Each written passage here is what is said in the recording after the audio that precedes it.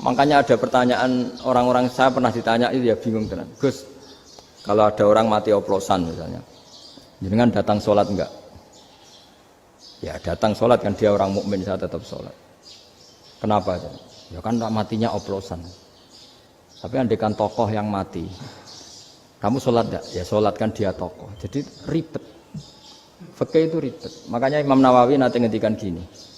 Ada orang ngundang Nabi, ya Rasulullah, saya mohon nyolati ini. Nabi tanya, punya utang enggak? Punya. Nabi, saya enggak mau nyolati mayit yang punya utang. Terus ada sahabat datang, ya Rasulullah, utang itu tak ambil alih kami. Berarti dia sudah tidak punya utang. Terus Nabi kerso nyolati. Pertanyaannya, utang itu hal yang boleh. Saya ulangi, utang itu hal yang boleh. Tapi kenapa Nabi se-ekstrim itu? Tapi ketika Nabi mau kondur itu ngendikan gini, ini PR ya bagi UMM, ini PR ya. Nabi sebelum kondur bilang gini, sallu ala sahibikum. Jong saya tidak nyolati ini, tapi tolong ini disolati. Terus kata Imam Nawawi, dianalogikan atau dikiaskan siapapun pelaku dosa besar atau mati dalam keadaan tidak benar. Misalnya pas dugem mati, pas oplosan mati.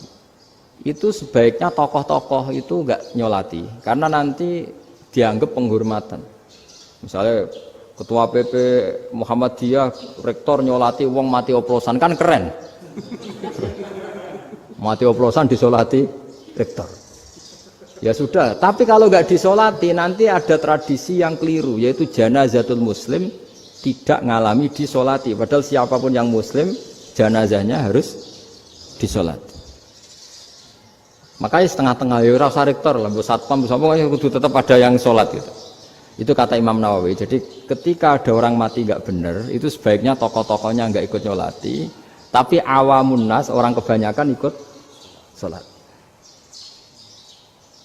Jadi fikih itu agak jelimet karena tadi ketika tokoh ini nyolati, pertanyaannya bedanya apa mbek sing mati ning masjid mbek mati oplosan? Karena sama-sama semua orang nyolati kan tidak ada sanksi sosial itu. Tapi ketika nggak disolatkan sama sekali, wah lebih parah lagi. Ini ada janazatul muslim tidak disolati.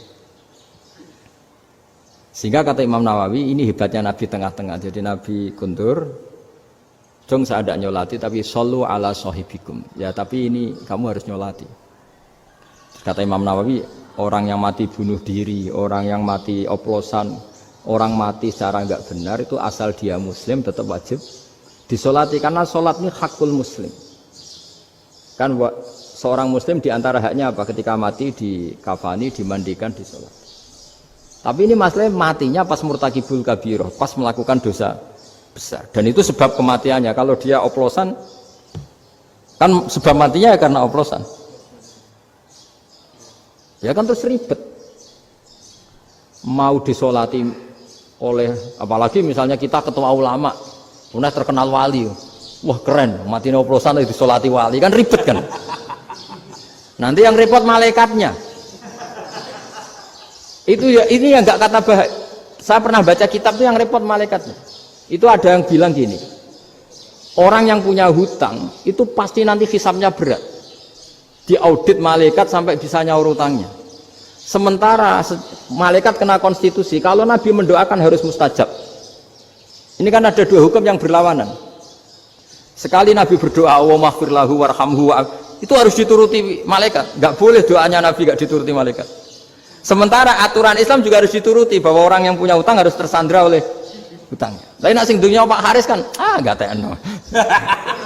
Enggak ngefek gitu. Jadi misalnya Pak Haris donga sampai nangis Allahumma ighfir lahu kan enggak ngefek. Malaikat enggak itu. Enggak sudah lah Ustaz. Tapi kalau Nabi yang berdoa kan harus dituruti. Ini masalahnya kan itu. Nah kalau diturutin berarti hutangnya harus bebas. Padahal secara aturan harus tersandra karena punya hutang.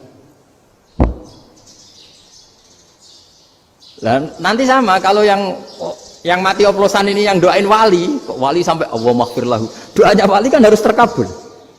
Sementara secara hukum dia harus kena sanksi karena oplosan tadi. Daripada ngerepotno malaikat, sudahlah wali-wali ini tidak usah ikut nyolatin. Yang nyolati ya orang-orang nggak jelas ini, sehingga kan Malaikat kan santai aja kalau mau nyiksa. Loh tapi kan sudah didoain, gak ngefek. Karena doanya orang-orang gak penting. Itu ada tuh di sarah Muslim itu. Di sarah Muslim di bab ketika Nabi ngintikan babu qauli Rasulullah sallallahu alaihi wasallam sallu ala sahibikum. Jadi belajar fikih itu asik. Karena tadi harus dipelajari. Kalau enggak, ilmu ini hilang. Terus nanti takutnya lagi ilmu fikih itu direduksi sosial. Misalnya gini, pepe wong cilik wae kiai-kiai ra gelem nyolati. Orang melihatnya ini karena yang oplosan wong cilik om larat ra disolati. Jajal bupati ya disolati, mergo amplopnya gede-gede kan terus ruwet kalau dianalisis gitu kan ruwet. Makanya kenapa saya harus ngomong fikih supaya semuanya itu enggak didudukkan urusan sosial itu. Nah kalau semuanya didudukkan sosial kan sentimennya sentimen sosial. Ribet. Padahal yang sering mati oplosan itu kan wong cilik gitu loh, karena tadi kalau wong sugih kan pakai whisky yang mahal yang insya Allah tidak mati kan gitu. Yang mati kan ya mergo Virtus macam-macam itu kan. Artinya ini kalau nggak diterangkan secara fikih, kiai-kiai yang nggak datang dikira masalah sosial kan.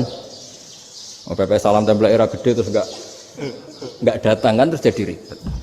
Ya makanya ini apa lewat pengajian ini supaya sampean lebih tahu ya bahwa khazanah Islam ini kata beberapa ulama kafatal linnas, maknanya semuanya, sehingga Allah akan mentakdirkan kajian Islam akan ada di seluruh dunia. Jadi kenapa IAIN marak di Indonesia, UMM, Universitas NU banyak, karena agama ini kafatal linnas, tidak miliknya orang Arab tapi milik semua. Orang alimnya juga gitu. Ketika ada liga alim seluruh dunia, itu orang Indonesia, orang Afrika, ya selalu ada orang alim yang kelas dunia. Seperti dulu ada Imam Bukhari, itu as-sakhul kutub ba'da kitabillah. Kitab terbaik setelah Quran itu Bukhari. Padahal dikarang oleh orang Uzbek. Kata siapa? Islam As-Sobyan, ada orang Arab ngakui kalau kitab paling sahih itu Bukhari. Mekah Madinah pun ngakui kalau kitab paling sahih Bukhari. Padahal pengarangnya ada orang Arab. Orang mana? Uzbek. Imam Ghazali yang diakui seluruh dunia itu Atos itu ikut Persia, juga bukan orang Arab, Sibawayh jadi orang Persia.